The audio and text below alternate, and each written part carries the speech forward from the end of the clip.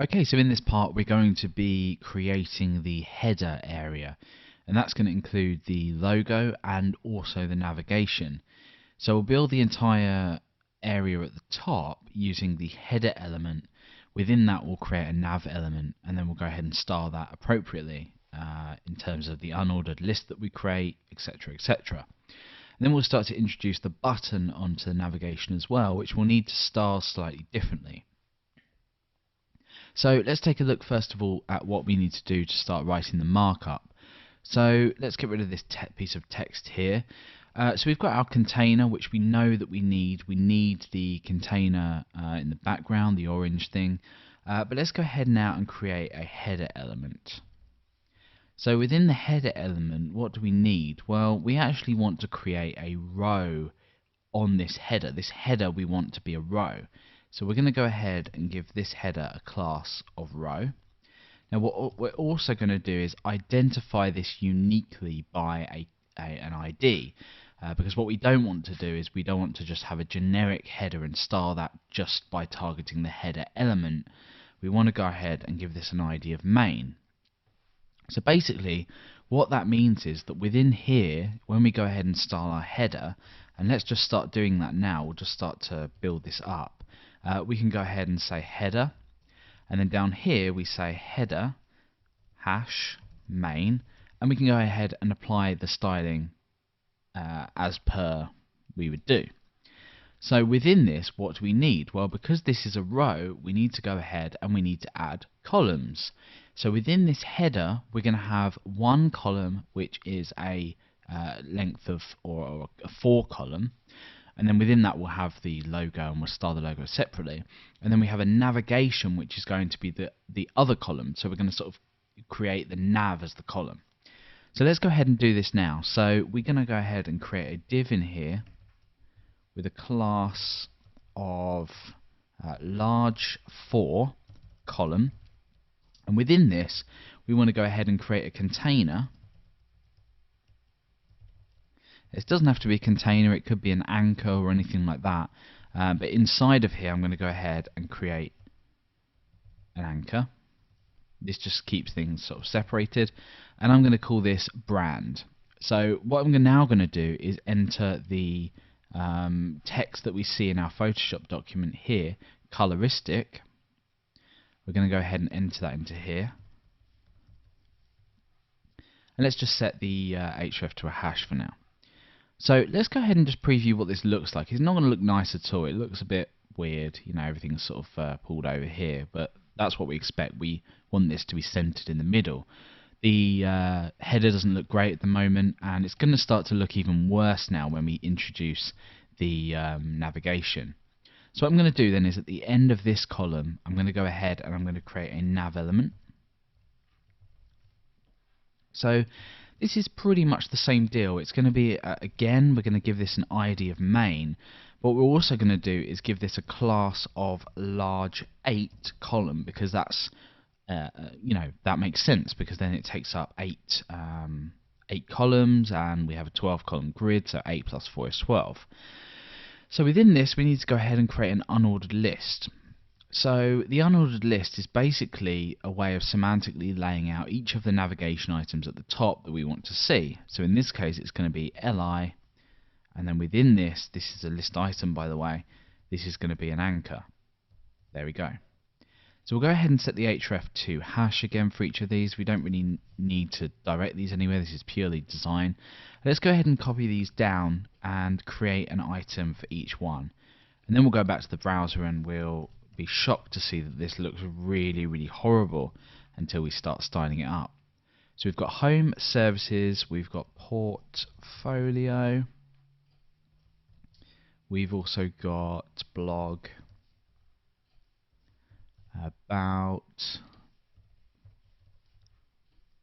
contact, and the last one is more interesting. So this is going to be an anchor still, and this is going to be the sign up button. So this is going to be this button here. This is a little bit more interesting because we already have styles within Foundation that let us just add a class to this anchor and you know, see the button styles that we have. So we can just go ahead and type in button here, and then type in button primary, which will give us the primary button styles. Let's just go ahead and turn word wrap off. So we've now got this, you know, sign up button here. Let's go over to the browser and refresh and be shocked to see that this looks absolutely terrible. So it just doesn't look nice at all at the moment. It doesn't look anything like what we want it to look like. However, we can comfort ourselves in the fact that we've got the markup right, we've got the markup in the right order, everything's semantic, we've used the nav and the header element, which makes sense. All we need to do now is actually go and style this up, so we can gradually start to make this look a little bit better. Now the only thing that we do need to do is figure out which font is used for this logo, so we can go ahead and implement this. So this is Pacifico Regular. So what we can do is we can head over to our browser and we can, again using Google Fonts, go ahead and download the Pacifico font. So if we open this in Google Fonts, it's just got one weight here. Let's go ahead and scroll down and just copy this here. And let's just put that into our page. So we'll start to focus on the logo before we start to focus on the navigation. So let's go ahead and just again remove the type attribute here and change these single quotes to double quotes.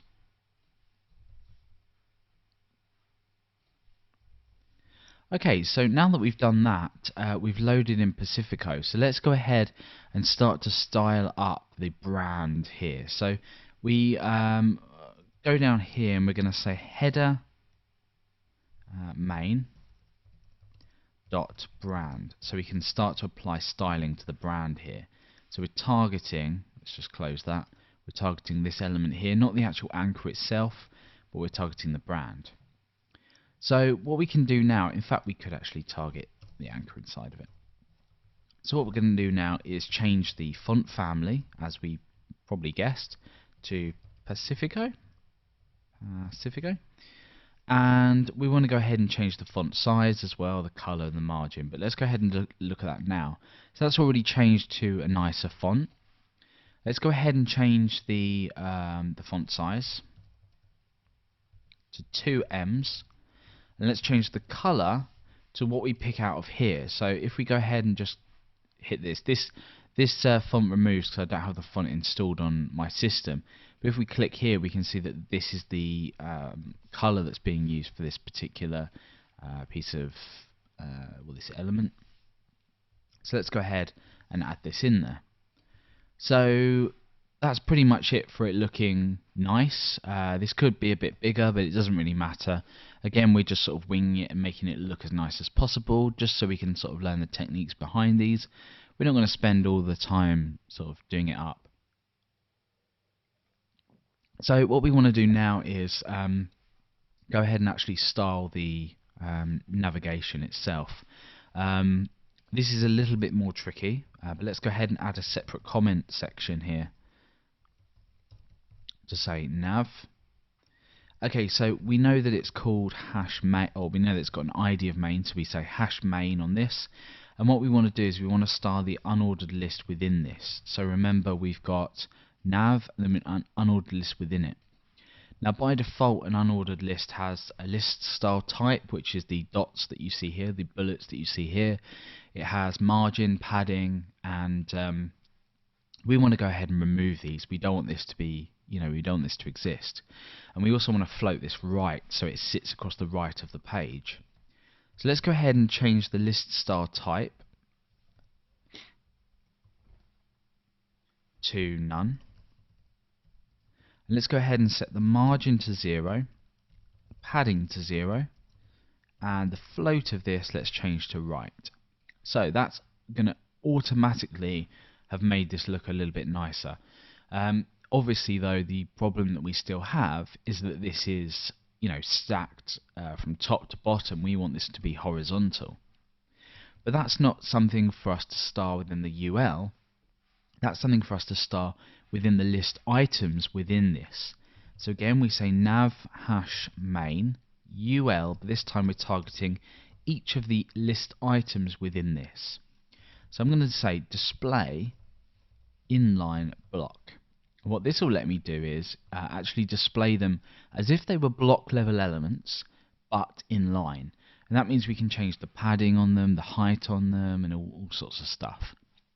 So now that you can see, it's actually starting to look really nice already. We've got obviously some spacing issues. We've also got some issues that you maybe can't quite tell straight away, and that's things like the, well, if we were to add margins, we would need to target the last element and remove the margin. We'll talk about that in a moment though. So for each of the list items, what do we want to do? Well, I want to go ahead and give a margin right of 20 pixels. So when I refresh, that spaces everything out quite nicely. But like I said a moment ago, if we inspect this last list item here, you can see that that's got a padding. It's very, very difficult to see, but if you keep your eye on this bit here, you can see the orange bit in Chrome that represents the padding. We're giving padding on the right hand side when we don't actually need it. So what we want to go ahead and do is target the last element here. So we need a new selector. We want to target the last li. So we say last child. Now what this basically is going to let us do is set the margin right to 0. So we set the margin right to 0 on that one. So if you keep an eye on when I refresh, that just moves over a little bit. So now we've got everything perfectly lined up again. Everything looks better. Okay, so the last thing to do is actually style the, or the last thing to do in terms of these is to style the elements here to change their color, the font size, the transformation. We want these to be uppercase. Let's just examine this again. So if we look at these, you can see that they're small, they've got a dark font. We can go ahead and just pick out the color as well from here. So if we just click here, so that's the color. Well, it looks as though it's the same color as the header, so that's fine, or the logo if you like. So let's go ahead and just start to style these. So again, we say nav main ul li a this time. We're styling the anchors within them. So we want to go ahead and we want to change the font size to 78%. Now you can just guess this, really, it doesn't matter too much, but that's basically changed that to a smaller font. You can pick whatever you want to do, really. What we also want to do is go ahead and set text transform to uppercase. We want these to be uppercase, and we want to change the font weight to 600 as well. So remember that when we included the font for Open Sans up here, the first one that we did, we included all of the different weights here, and we've chosen 600. So we're setting the font weight here to 600. Okay, so that's actually looking quite nice now, but we need to just go ahead and change the color of the elements. Now we could do this in here, but let's just take a look at what happens if we do that. So I'm going to go ahead and set a color to 393. Can't really remember it. Let's just grab that again. It's the same as the header. So paste that in there and go ahead and refresh. And there we go. So we've now got these dark menu items as we'd expect. However, the only problem is, because this is an anchor within these list items, as are these other items, we've changed the button to black as well. And we want to leave that as the default white. So what we can do is, instead of including this property here, we can create a new selector for nav main ul li a, but this time we're going to say not, and in brackets define what where we don't want to apply this to. So we know that here we have got a class of button on this anchor, so we can go ahead and say not dot button. So you basically just put the class name or whatever inside of here, and then we go ahead and paste that property back in there.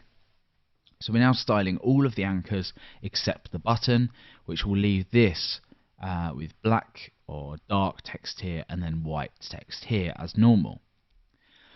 So we are very nearly there. All we need to do now for this header is go ahead and set the margin on the bottom, because remember we've got this sort of feature that's going to be down here. We need to set more of a margin on the bottom.